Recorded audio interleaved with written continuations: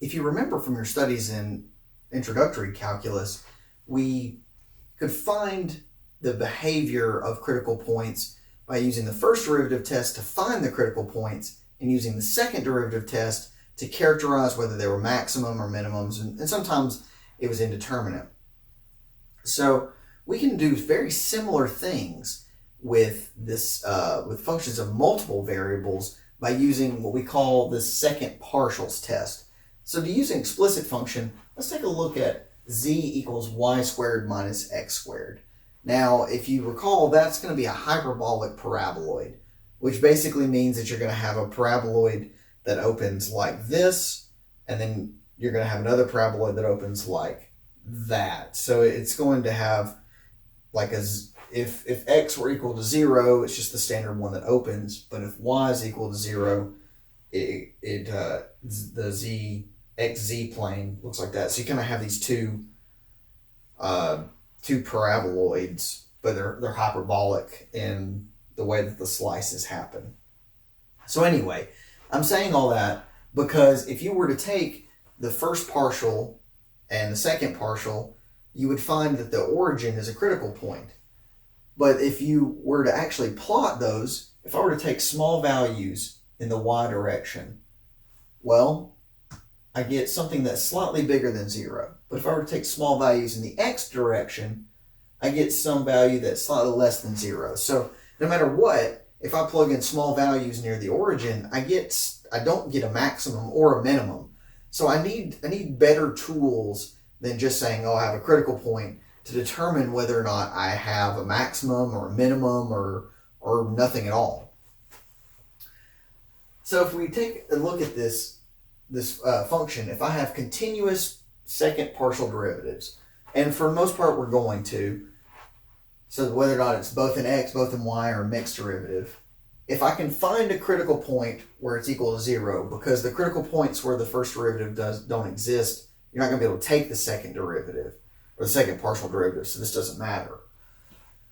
We're going to define this quantity, the second partial with respect to x times the second partial with respect to y minus the mixed derivative squared. So think of that as xy times yx. But since they're continuous, you can do that swap. Remember, we can swap the order of mixed derivatives if they're continuous. So let's take a look at this behavior. This chart tells us how the function behaves at that point. If this quantity is greater than 0, then that tells me that this piece must be bigger than this piece, right? Since this is squared, this minus that, this is always going to be 0 or negative because it's squared and it's minus. So that tells me that the magnitude here is larger than the magnitude there. You can think about the mixed partial as sort of being the change in multiple directions at once. The second derivative is the change only in the x direction, the change only in the y direction. So if this dominates, if the change in those directions dominates, then, and the function value, and this is positive, so if this is positive, this must be positive, because if they were opposite signs, then the whole thing will be negative, right? So these are working in unison together, and they dominate the term. We have a relative minimum because we're moving upwards. No matter whether we're going the x or y direction, we're moving upwards. It's fast. Now, if we have the same idea where the whole thing is still positive, but this second partial is negative, which means that this second partial must also be negative, because again, the whole thing's positive, so this thing has to be positive. So they have the same sign. If this is negative, then it's a relative maximum because this term dominates, but they're both going downward. They have that concave down behavior. Now, if we take a look where this whole thing is negative, that tells me this thing dominates, or these have opposite signs. If this thing dominates, but these have the same sign, it tells me that the change in x and y are basically going in different directions, and how that's changing in multiple directions is dominating. If these are opposite sides, it tells me one's going up while the other one's going down. That generates what we call a saddle point. So saddle points are these idea where the function has this strange behavior at the point. It tends to have this like almost twist, or it changes shape at those points.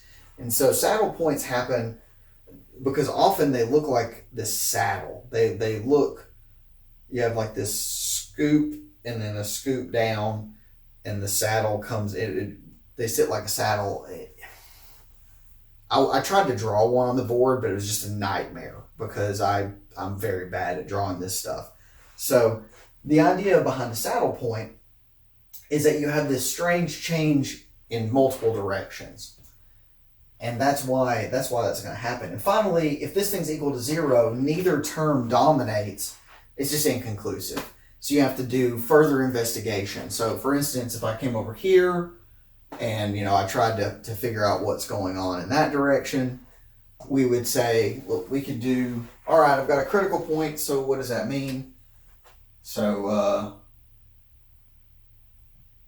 the first partial with respect to x is negative 2x. The second partial with respect to x is negative 2. First partial with respect to y is 2y. Second partial is 2. And the mixed derivative, so the partial is x with respect to y is 0. So that tells me d is negative 4.